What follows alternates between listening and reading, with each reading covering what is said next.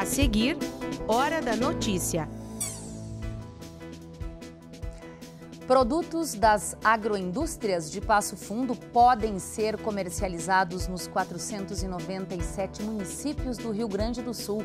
A cidade está passando pelo processo de certificação no sistema estadual. O trabalho da Fazenda da Esperança, em Passo Fundo, a ONG atende mulheres com dependência química e funciona acima da capacidade. As ações em preparação para a próxima jornada de literatura já começaram. Hoje foi dia de encontro entre leitores e escritores em Passo Fundo. Foi aqui na UPF. No estúdio, a gente vai conversar com um dos autores que participa das atividades da jornada, César Obeide. Hoje é quarta, 4 de julho, é hora da notícia.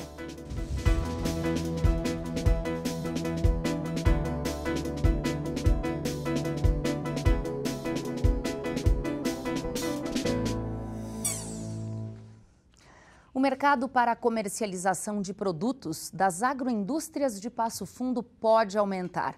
É que está em processo a certificação da cidade no sistema estadual, que permite que as agroindústrias vendam esses produtos para outros municípios do estado. 30 municípios do Rio Grande do Sul já possuem a certificação para comercializar produtos de origem animal. Passo Fundo ainda não tem. Por isso está pleiteando este certificado, que é conhecido como SUSAF. Para a gente entender melhor, eu converso com o vereador Saul Spinelli, aqui na Câmara de Vereadores, que é o vereador que está pleiteando isso. Saul, como é que está o processo? Nós, representando o Legislativo Municipal, juntamente com entidades, empresários, estamos com a Prefeitura Municipal articulando junto ao Governo do Estado, que é uma certificação ao município que está apto com a estrutura de fiscalização, de carros, de técnicos, para fiscalizar as empresas que estão instaladas aqui em Passo Fundo e que pretendem vender, comercializar queijos, linguiças, leite e outros produtos de origem animal, agroindustrial, para outros municípios do Rio Grande do Sul. Esse certificado, ele precisa ser dado pelo Estado. 30 municípios já têm. Marau tem, Erechim tem, Casca tem.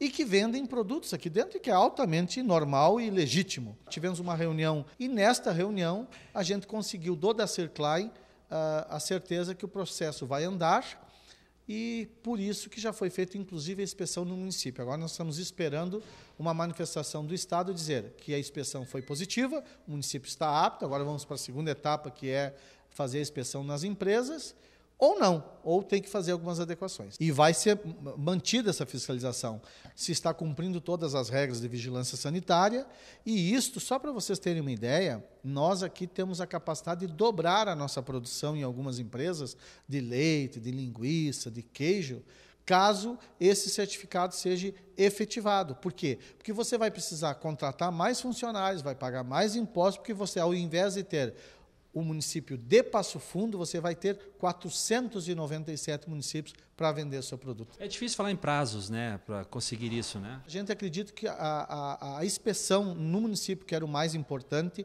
os técnicos vieram e fizeram. Agora nós temos que verificar, eu acredito que até o final do ano, de repente até antes disso, nós estamos com esse certificado aqui. Ok, obrigado, Saul. Tá então uma ótima notícia para quem trabalha nesse ramo de queijo, salame, leite, né, uma chance aí de expandir ainda mais o seu negócio. A gente volta para o estúdio. A Secretaria Estadual da Saúde confirmou o 7º caso de sarampo aqui no Rio Grande do Sul. Trata-se de uma mulher de 29 anos da cidade de Vacaria que teve contato com outro caso já confirmado de Porto Alegre. A primeira notificação de sarampo no estado foi em março deste ano. Uma criança de 1 ano de idade não vacinada da cidade de São Luís Gonzaga, que se contaminou em uma viagem à Europa, local onde está ocorrendo um surto da doença. Os outros casos, eles foram registrados em Porto Alegre. A vacinação é a forma mais eficiente de evitar a doença. Pois é justamente sobre vacinação e a redução nos índices de imunização que o programa Estúdio 4 debateu esta semana. Foi esse assunto. Olha, todas as vacinas destinadas à criança ficaram abaixo da meta do Ministério da Saúde em 2017 e uma das consequências é a volta de doenças como essa, como o sarampo. O programa foi ao ar ontem à noite, será reprisado hoje às 8 da noite e também na sexta, às 11 horas da noite. Você também pode acessar o programa no canal do YouTube da UPF TV. Veja um trecho. Se você falar sobre a tetraviral, mais baixo. Então é o seguinte, são pacientes que são influenciados por quem? Pelos pais. E são crianças que na sua idade são crianças pequenas, por consequência pais jovens. Então se você for ver o que pensam os pais dessa criança, porque em poucos casos são os médicos que desaconselham a vacina. Na verdade, a nossa realidade em Passo Fundo não é diferente do nacional, né? A gente vê e tem acompanhado cada vez menos, então, essa adesão, né, pela política pública de imunização, né? Então, a gente sabe que tem a rede privada, né? Então, as clínicas privadas que ofertam também diferentes imunobiológicos do que a gente não tem na rede pública, mas o calendário da rede pública hoje ele é muito farto.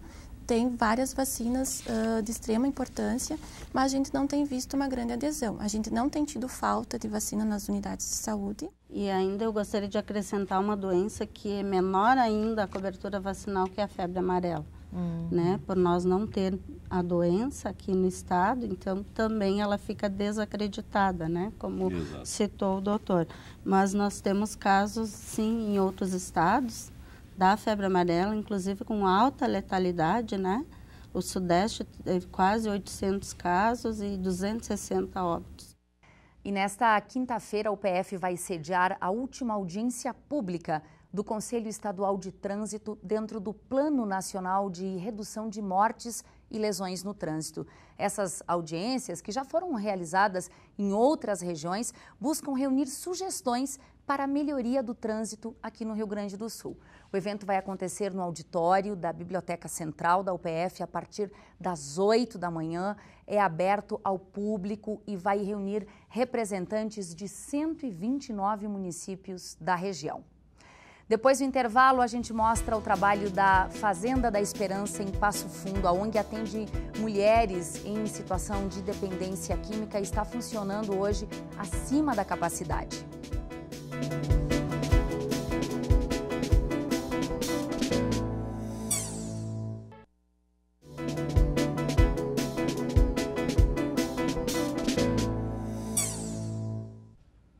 Passo Fundo amanheceu com chuva nesta quarta-feira. Da madrugada até as 9 da manhã já tinha chovido 19 milímetros, de acordo com o setor de meteorologia da Embrapa Trigo. Veja então se o tempo vai continuar assim nos próximos dias.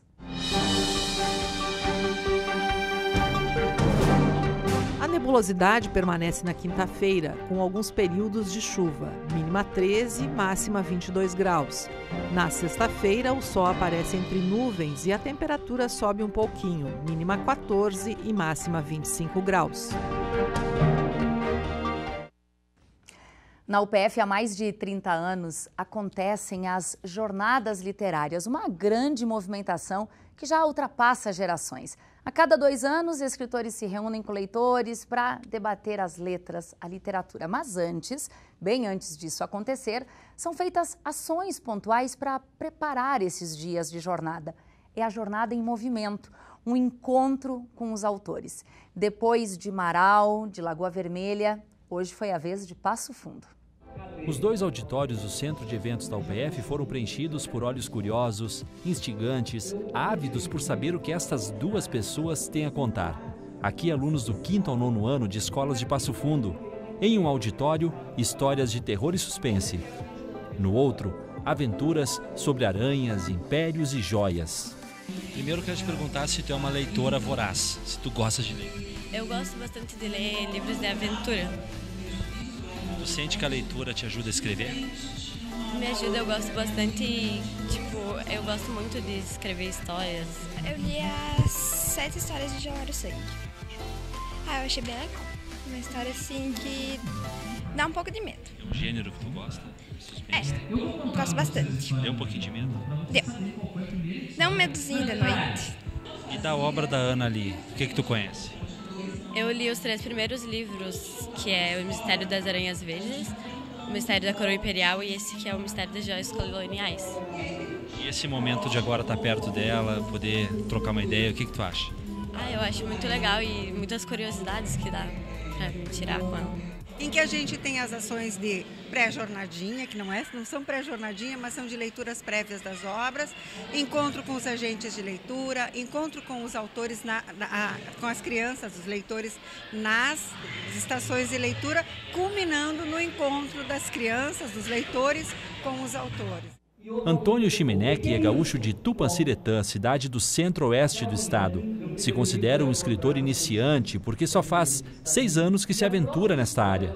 Mas nesse período já escreveu 3 obras: A Verdade em Preto e Branco, 7 Histórias de Gelar o Sangue e Por Trás das Cortinas. Normalmente o escritor ele faz outra coisa junto, né? Ele trabalha numa empresa, ele é jornalista, ele é alguma coisa, às vezes até nem é ligado à própria escrita, né? Então é um desafio muito grande. Eu acho que o escritor hoje ele escreve por paixão, ele não vive ainda da sua arte. Já Ana Lee é roteirista de TV e jornalista. Mineira de Belo Horizonte, tem no currículo o Prêmio Jabuti em 2004 na categoria Reportagem e Biografia e a experiência de ter trabalhado no jornal A Folha de São Paulo e Editora Globo. Para ela, escrever hoje para a TV é um dos grandes desafios dos roteiristas. Tem que ser uma troca.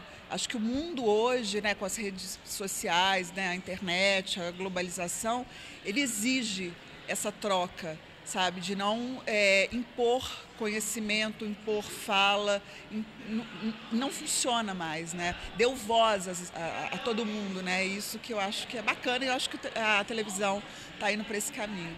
Participaram do encontro em Passo Fundo 13 escolas e 1.500 alunos. A recepção dos jovens nestes 3 dias pelo norte do estado impressionou os escritores. Todo o envolvimento que a gente faz, ele é significativo. E aqui foi muito bacana ver esses alunos todos assim, dessas cidades tão bacanas, tão preocupadas. Preparadas e que receberam livros antes, isso é muito bacana.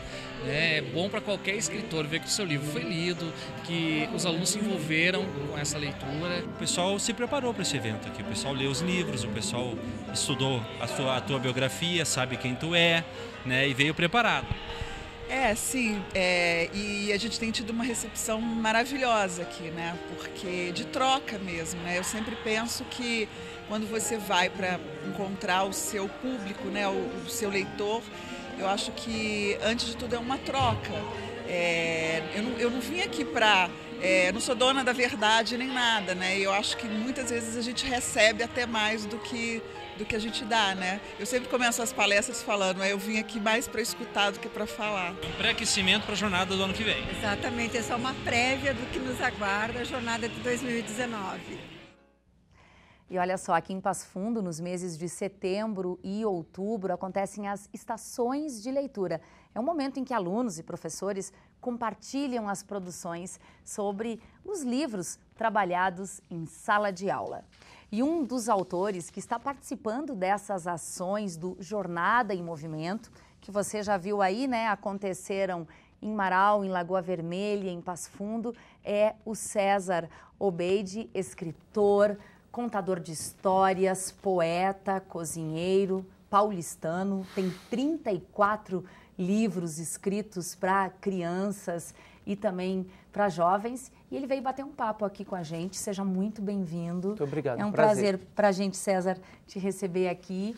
Quando surgiu em você a vontade de escrever e se especializar nesse público de crianças e de adolescentes? Não foi nada programado. Quando eu comecei a escrever teatro aos 19 anos, eu fazia um seminário de dramaturgia, eu vi que eu tinha habilidade para construir algumas histórias e fazer alguns poemas. Então foi naturalmente. Hoje eu percebo que aquele impulso natural de escrever histórias veio ao encontro de uma vontade minha de levantar temas interessantes para a infância e depois para a adolescência, né? Como se essa fase da vida fosse muito pouco vista com dignidade.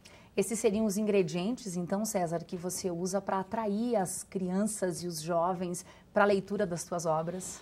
Talvez. Nunca tinha pensado nisso com essa posição que você colocou, sim. Mas eu escrevo um livro para a criança, eu quero que a criança ache aquele livro interessante. Esses livros que eu escrevo são adotados em escolas.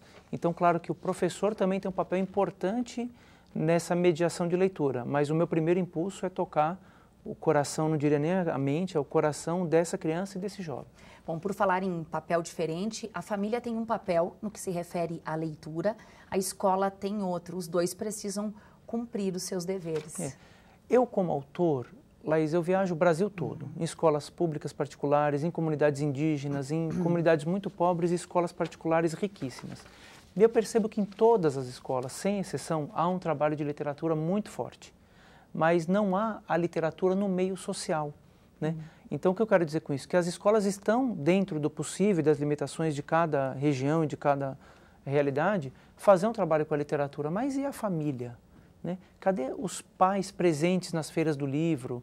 Certo? Não há um envolvimento. Que pai hoje paga 30 ou 40 reais num livro feliz, né? Mas paga 500 num tênis? Pois é, você falou recentemente numa entrevista que é muito improvável uma casa, uma família não ter um aparelho de televisão, não ter um televisor, mas livros já não se encontram em todos os lares, ou seja, o Brasil tem ainda um longo caminho pela frente. Com certeza, e a responsabilidade é também de cada pai, de cada mãe, de cada cuidador, porque no momento em que o pai vai comprar um livro para uma criança e a criança não lê, o que ele tem que fazer? Ele tem que ler junto.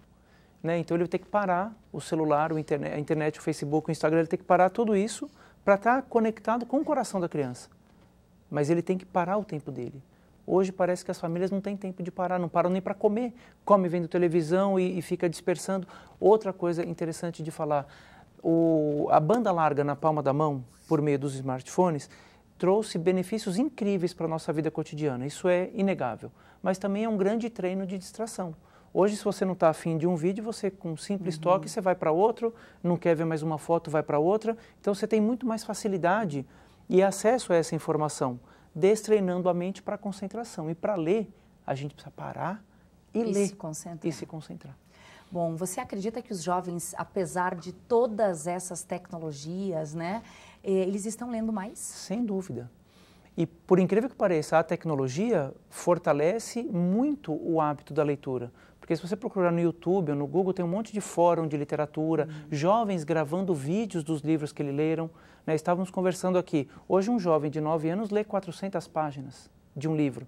Nós, com 9 anos, se olhássemos aquele livro, a gente saia correndo. Então, assim, hoje o Brasil está mais leitor, há uma preocupação, mas ainda, como você falou, né, tem muito que caminhar. César, só para a gente fechar aqui, tem literatura na culinária também? Você acredita nisso? Tem, claro. Por exemplo, eu tenho biblioteca na casa inteira, no meu escritório, no escritório da minha esposa, e uma biblioteca em casa, porque nós cozinhamos. Você tem 2 livros. Eu tenho 2 livros de culinária vegana para as crianças, eu tenho um projeto de culinária saudável, porque todo mundo quer que uma criança seja criativa, mas não dá para ser criativo comendo enlatados, embutidos e tomando refrigerante. Quando você tem uma preocupação alimentar com verduras, frutas, legumes, sementes, a sua criatividade faz assim e a chance de você expor a sua criatividade é muito maior. Que bacana. Muitíssimo obrigada. Eu que agradeço. Um bom retorno para você. Muito obrigado. Obrigada. Bom, são 35 anos de um projeto que nasceu no Brasil e hoje está em mais de 20 países. Uma ONG que trabalha para reabilitar pessoas que sofrem com a dependência química. Hoje nós vamos mostrar a Fazenda da Esperança, em Passo Fundo. A ONG atende a mulheres e hoje está funcionando acima da sua capacidade. Eu estava esperando uma vaga na clínica fechada, aí a médica, o psicólogo, acreditou que eu tinha capacidade de participar de uma Fazenda da Esperança, eu conheci a Fazenda da Esperança. E então eu fui pro mundo lá fora achando que ia conseguir, que estava bem. Eu passei 10 meses na fazenda e quando me vi que não, né? Ele foi preso, foi pego com tráfico de drogas e eu recaí justamente por causa disso. Não soube me dar novamente com a situação, me encontrei sozinha e recaí. Então o pessoal do Conselho Tutelar, né, toda a justiça veio novamente de novo e me vi ameaçada novamente em perder os meus filhos. Então eu tenho uma filha que está com o pai, né, do meu primeiro casamento, eu tive 2 casamentos, e tenho um outro filho que está com a avó. E o pequeno, mais novo, né, o Francisco, de 1 ano, está comigo. E foi exatamente em resgate dele que eu pedi ajuda novamente, né, para vir para a fazenda, para estar fazendo esse laço novamente. Passei pela fazenda pela primeira vez, a gente sempre fala que a gente tem que trabalhar aquilo que está dentro da gente, né? Eu trabalhei algumas coisas e outras não. Outras eu só maquiei, né? E aí eu fui para fora e eu tenho uma dificuldade muito grande com a minha mãe. Eu fui para fora e fui morar com minha mãe. E a primeira discussão, como eu não tinha trabalhado desse lado, trabalhei na maquiagem, mentindo. E achei que tinha perdoado ela e não tinha. Fui, tornei, recaí. Aí demorei 2 anos e pouco, mas pedi ajuda novamente. Escrevi uma carta, a fazenda me aceitou de volta. E aqui eu tô. Eu comecei a usar drogas, né, com 15 anos. Nesse momento, por não... A curiosidade. Tive bastante curiosidade, a gente vai atrás, amigos, influência, né, vai lá, experimenta. Comecei com maconha. Com 20 anos, eu conheci um rapaz que se tornou meu esposo, né? E com ele eu experimentei o crack. E foram 12 anos na vida do crack, né? Onde eu perdi tudo. As histórias se parecem e o destino é o mesmo. Buscar ajuda em uma unidade de recuperação de dependentes químicos da Fazenda da Esperança. Com 35 anos de experiência na recuperação de dependentes, a Fazenda é uma comunidade terapêutica que tem mais de 130 unidades espalhadas por 23 países. São 86 só no Brasil. A Fazenda da Esperança tem um programa de recuperação que tem foco na autoestima e resgate da dignidade dos acolhidos, com base em um tripé que consiste no trabalho, na espiritualidade e na convivência. Tem muitas que vieram da rua, não tem família, e a gente acolhe e dá esse amor. Ensina a viver a espiritualidade, é isso que a gente vai tentando fazer, passar aquilo que a gente aprendeu. O programa acolhe pessoas com idade entre 15 e 45 anos, que desejam livremente se recuperar de drogas e álcool. O processo pedagógico, como eles chamam o período de vivência na casa, tem duração de 1 ano. E quem pretende ingressar dá o primeiro passo escrevendo uma carta de próprio punho, manifestando os motivos. Depois de aprovado, ingressa na comunidade. As visitas e telefonemas de familiares são permitidos a partir do 3º mês de estadia, quando os relacionamentos são reatados, já que a família é considerada uma das peças-chave para o sucesso da reabilitação. Na unidade de Passo Fundo são acolhidas apenas mulheres. Hoje a casa funciona acima do limite e praticamente tudo para a sobrevivência vem do autossustento e de doações da comunidade local. Aqui elas fabricam pães, bolos, cucas, biscoitos e fazem trabalhos manuais que são vendidos no centro da cidade. Da horta também sai o básico para as refeições diárias. A gente foi por um caminho errado, mas hoje a gente reconhece o nosso erro e está caçando um caminho melhor. Então, que compre nossos produtos para nos ajudar, né?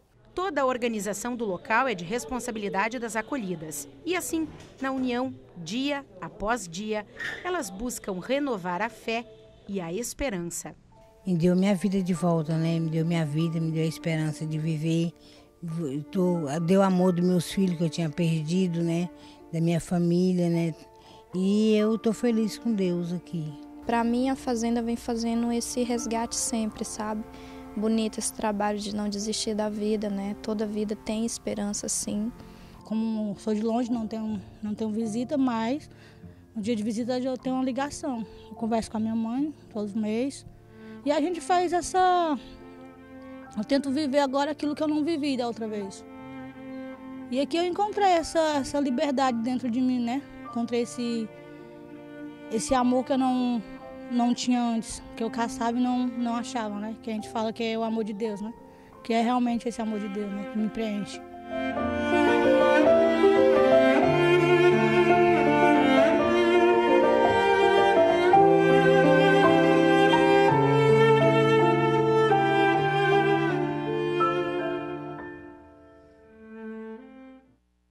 E olha, para contribuir com a Fazenda da Esperança de Passo Fundo, você pode buscar informações entrando em contato pelo telefone 99638 5084. Essas foram as informações de hoje. E você já curtiu a página da UPF TV no Facebook? Nos acompanhe também por lá e fique por dentro do nosso conteúdo. A gente volta amanhã ao vivo, ao 12h30. Até lá!